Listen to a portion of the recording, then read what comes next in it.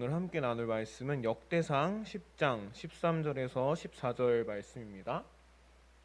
역대상 10장 13절에서 14절 말씀 함께 봉독하겠습니다.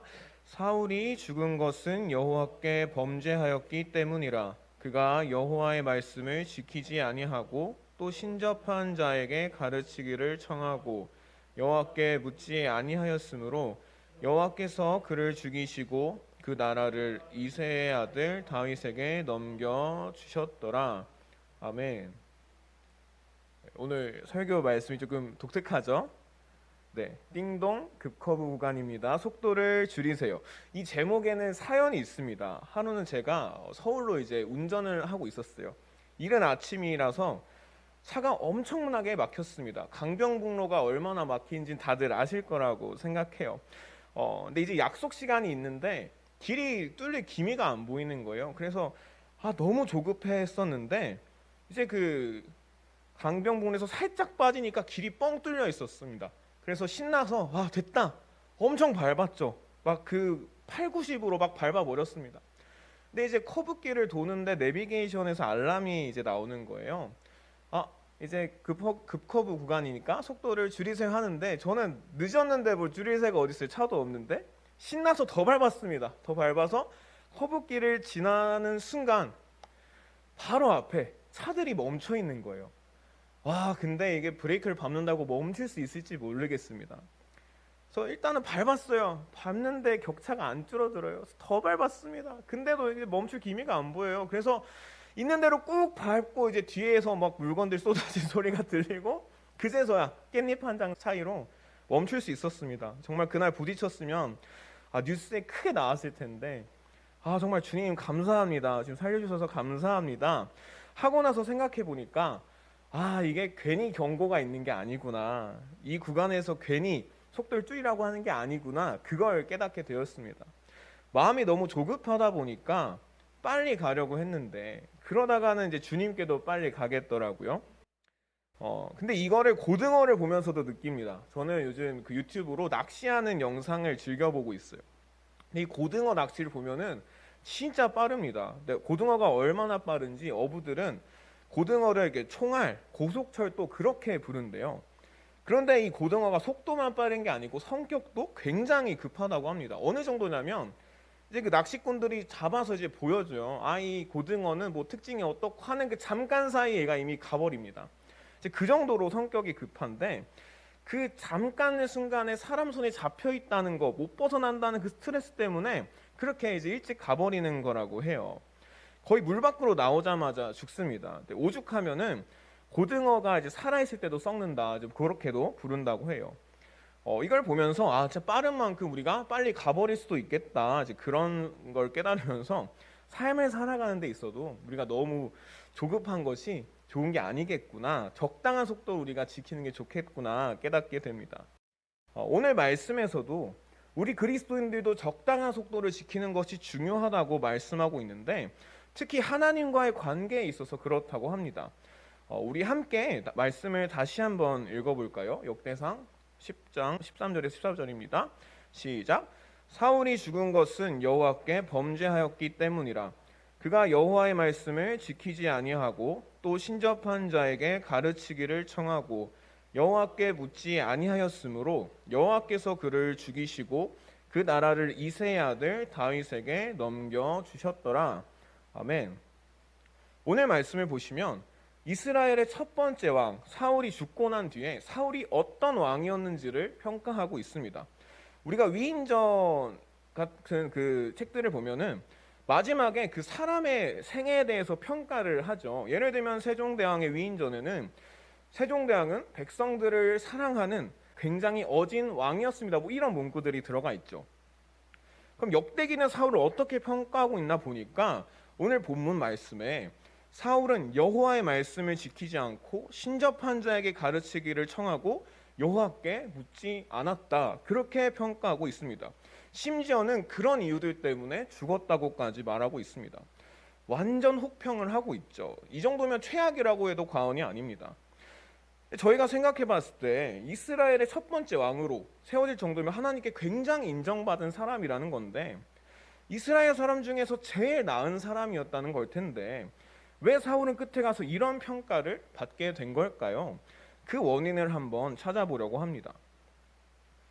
사울이 이스라엘의 그 왕이 되었을 때는 블레셋이라는 나라 때문에 굉장히 골치를 앓고 있던 때였죠. 전쟁이 굉장히 자주 일어났던 때입니다. 이스라엘의 그 전쟁에는 특징이 하나 있는데, 바로 하나님이 함께 하시면 이기고 하나님이 함께 하시지 않으면 진다는 것입니다. 그래서 전쟁을 하기 전에는 꼭 하나님께 여쭤봤죠. 하나님, 우리가 싸울까요? 멈출까요? 어떻게 할까요? 사울왕의 시대에는 그 물어보는 역할이 사무엘이라는 선지자에게 있었습니다.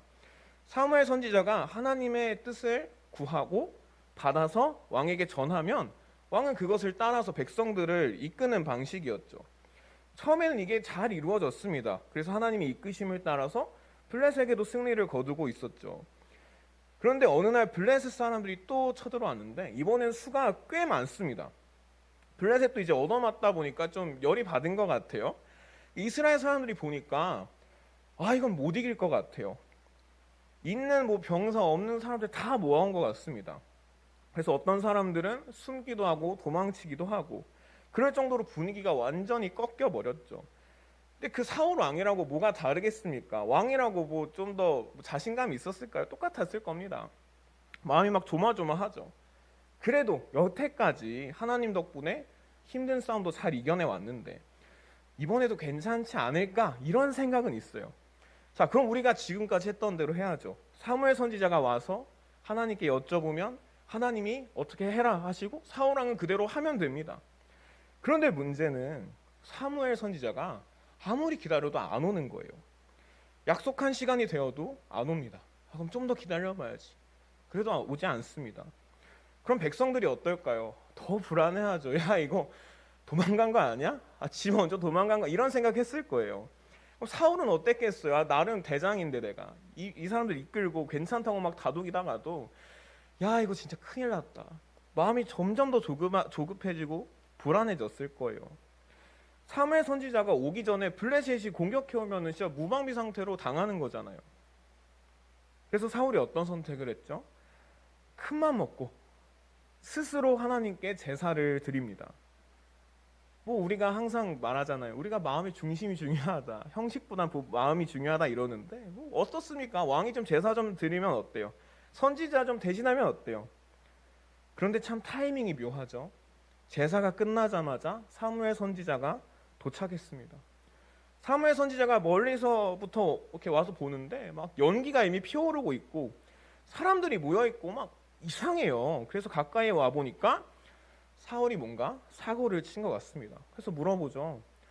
아니 폐하, 뭐 하고 계세요? 그러니까 사울이 당당하게 말하죠.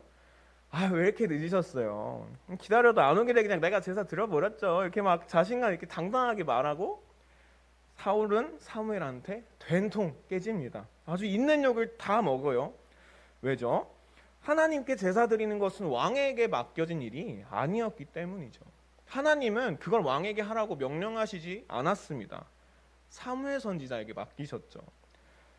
사울이 아니면 너무 급했으면 최소한 뭐 제사장이라도 불러왔었어야죠. 자기가 직접 하면 안 되는 거였습니다. 그건 하나님의 말씀을 어기는 거였죠. 사무엘은 그 자신의 조급함 때문에 하나님의 명령을 어기고 만 것입니다. 그리고 하나님을 앞서간 사울은 그 벌로 그 가문이 영원히 왕으로 있지 못할 것이라는 경고 역시 받게 되었습니다. 그래도 당장 왕에서 쫓겨나지는 않았어요. 이거는 은혜고 또 다행이라고 할 수 있죠. 근데 이렇게 혼나면 보통은 어떻게 합니까? 이렇게 좀 만회해 보려고 노력할 텐데 이게 또 사울에겐 부담감이었나 봐요. 이후로 완전히 맛이 가버리고 맙니다. 이런 큰 실수를 계속 저질러요. 하나님이 고기를 핏째 먹지 말라고 하셨음에도 불구하고 백성들이 배고프다고 핏째 먹으라고 막 강요하고 전쟁에서 아무것도 챙기지 말라고 했는데 하나님께 드린다는 핑계로 다 끌어오고 그렇게 자꾸 하나님보다 앞서가는 모습을 보이죠. 그렇게 계속해서 하나님의 말씀을 어깁니다. 오죽하면 그 모습을 보던 사무엘 선지자가 너무나 속상해서 이렇게까지 말합니다. 15장 16절 보시면 사무엘이 사울에게 이르되 가만히 계시옵소서. 가만히 계시옵소서. 제발 좀 가만히 있으라는 거죠. 뭐가 그렇게 자꾸 급해서 엑셀을 그렇게 확확 밟느냐는 거예요. 속도 좀 줄이라는 것입니다. 그러면서 이렇게 말하죠. 15장 17절에 사무엘이 이르되 왕이 스스로 작게 여길 그때에 이스라엘 지파의 머리가 되지 아니하셨나이까. 쉽게 말하면 이런 거죠. 처음에 왕이 될 때만 해도 안전운전 하시지 않았습니까? 속도 잘 지키지 않았습니까? 남들이 막 뻥 뚫렸으니까 확확 밟으라고 해도 규정 속도 잘 지키지 않았습니까? 근데 지금은 도대체 왜 그러십니까? 사무엘 선지자가 이렇게 안타까운 마음으로 말을 해도 사울은 반성하기보다는 변명하기 바쁩니다. 아니 내가 왕인데 좀 그럴 수도 있지 않습니까? 이 정도는 해야 내가 왕으로서 좀 까오가 살지 않습니까? 근데 내가 잘못했는데 이렇게 막 백성들 앞에서 혼내지 마시고 그냥 기나 좀 살려주고 가십시오. 내가 그래도 왕인데. 이런 모습을 보여주고 말죠. 오죽하면 사무엘상에는 사울을 향해 이렇게 말하기까지 합니다. 15장 35절 보시면 사무엘이 죽는 날까지 사울을 다시 가서 보지 아니하였으니 이는 그가 사울을 위하여 슬퍼함이었고 여호와께서는 사울을 이스라엘 왕으로 삼으신 것을 후회하셨더라. 하나님께서 후회하실 정도로 사울이 망가진 모습을 보여주고 만 것입니다. 그럼에도 불구하고 우리의 사울은 불하지 않고 계속해서 죄를 저지르죠. 사울 왕이 잘못한 걸 다 살펴보자면 아마 한 2주 정도는 우리가 수련회를 열어야 될지도 모르겠습니다. 그런데 그러다가 그 중에서도 가장 큰 사건이 터져버립니다. 그게 뭐냐면 바로 신접한 자를 찾아간 거예요. 요즘 말로 무속인들이라고 하죠. 하나님이 진짜로 싫어하셔서 씨를 말리라고 하셨던 그런 사람들을 사울이 찾아가고 맙니다. 이날도 블레셋 군대가 굉장히 많이 몰려왔던 때예요. 그래서 늘 하던 대로 하나님께 여쭤봅니다. 그런데 물어봐도 하나님이 대답해 주시지 않죠. 큰일 났어요. 그런데 그동안은 사무엘 선지자가 대신 물어봐 주기라도 했는데 이제 그 사무엘 선지자도 곁을 떠나고 말았습니다. 그럼 어떡하죠? 이때 사울이 선택한 것이 바로 신접한 자를 찾아가는 거였습니다.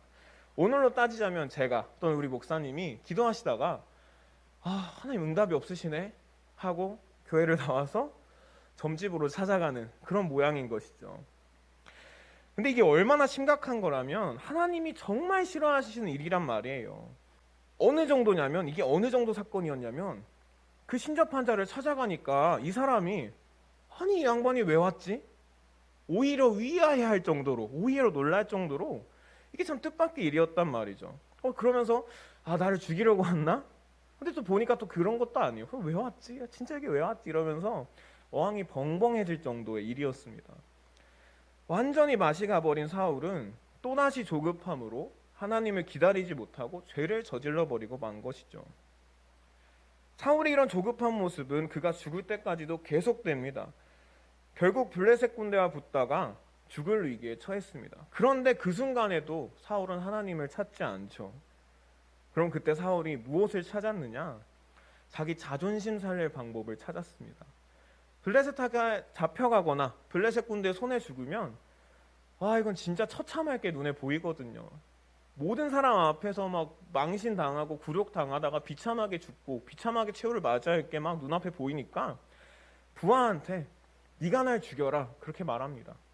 저렇게 비참하게 죽느니 너가 날 죽여라. 근데 또 부하 입장에서 어떻게 그렇습니까? 전 못하겠습니다 하니까 자기 스스로 목숨을 끊어버리죠. 역시 사울은 조급함으로 이번에도 하나님을 찾지 않았습니다. 만약 사울이 사무엘 선지자의 충고대로 조금만 더 침착했으면 어땠을까요? 조금만 더 하나님을 믿고 기다릴 수 있었으면 어땠을까요? 하나님이 어떤 하나님이십니까? 이스라엘의 하나님이십니다. 하나님 말씀에 순종하는 그 백성을 결코 버리지 않으시는 하나님이십니다. 그렇다면 아무리 큰 위기가 우리 눈앞에 찾아왔을지라도 기다렸으면 하나님께서 결국 정하신 때에 말씀해 주셨을 거란 말이죠. 우리가 앞서 살펴봤던 것처럼 기다리니까 결국 사무엘 선지자가 찾아왔습니다. 그때까지 블레셋 군대가 움직이지 않았습니다. 조금만 더 천천히, 좀만 더 여유를 가졌으면 좋았을 텐데 그 당장 눈앞의 상황만 집중하니까 조급해지고 과속하게 되는 것이죠. 하나님을 앞서 나가게 되는 것이죠. 주변에서 뭐라 하든, 주변에서 뭐라고 경고하든 내 마음대로 가게 되는 것입니다. 그러다가 사고가 나고 마는 거죠. 그런데 어쩌면 이런 사울의 조급한 모습이 우리 안에도 있지 않은가 돌아봅니다. 조급함으로 하나님을 기다리지 못하고 앞서 나가다가 스스로 이를 그르치는 것이 어쩌면 우리의 모습은 아닐까 되돌아봅니다. 하나님과의 관계에 있어서 적당한 속도를 지키지 못하고 하나님이 너 좀 천천히 가, 속도 좀 줄여 하시는 그 말씀을 듣지 못하고 오히려 더욱더 하나님을 앞서 나가다가 사고를 내버리진 않는지요. 오늘 성경은 우리에게 말합니다. 하나님의 말씀을 지키십시오.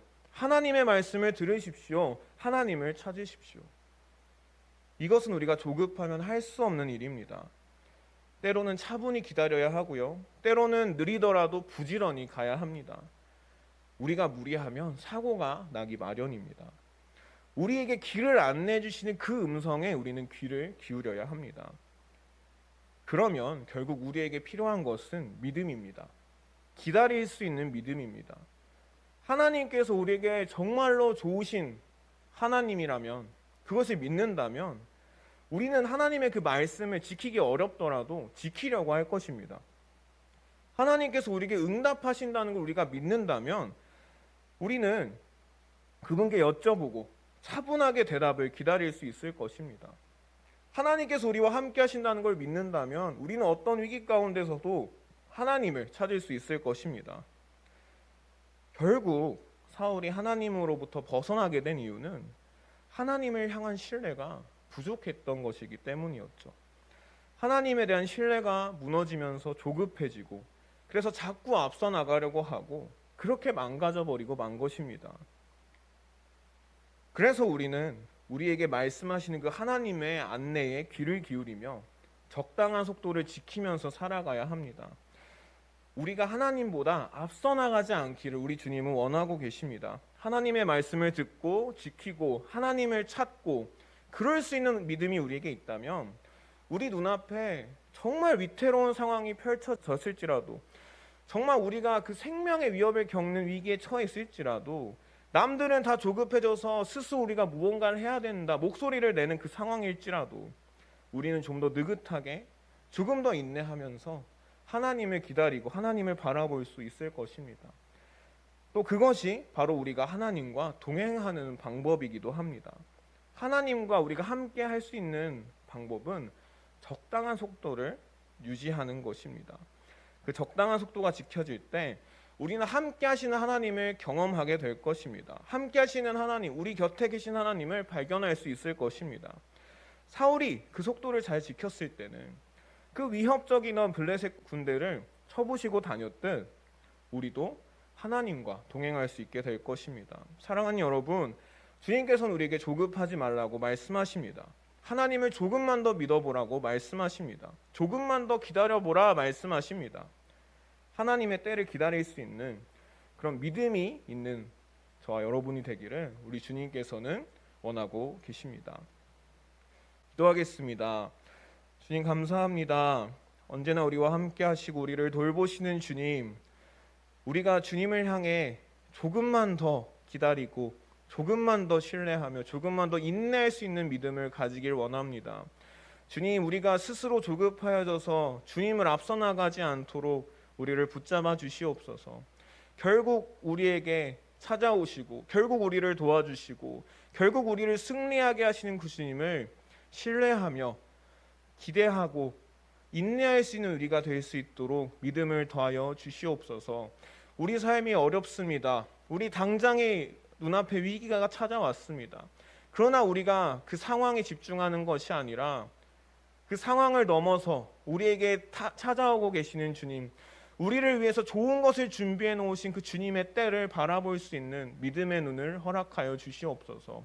그리하여 우리가 주님과 날마다 동행하며 주님을 경험하며 날마다 우리에게 부어주신 그 은혜와 사랑을 경험할 수 있도록 우리 한 사람 한 사람 함께하여 주시옵소서. 예수님 이름으로 기도드립니다. 아멘.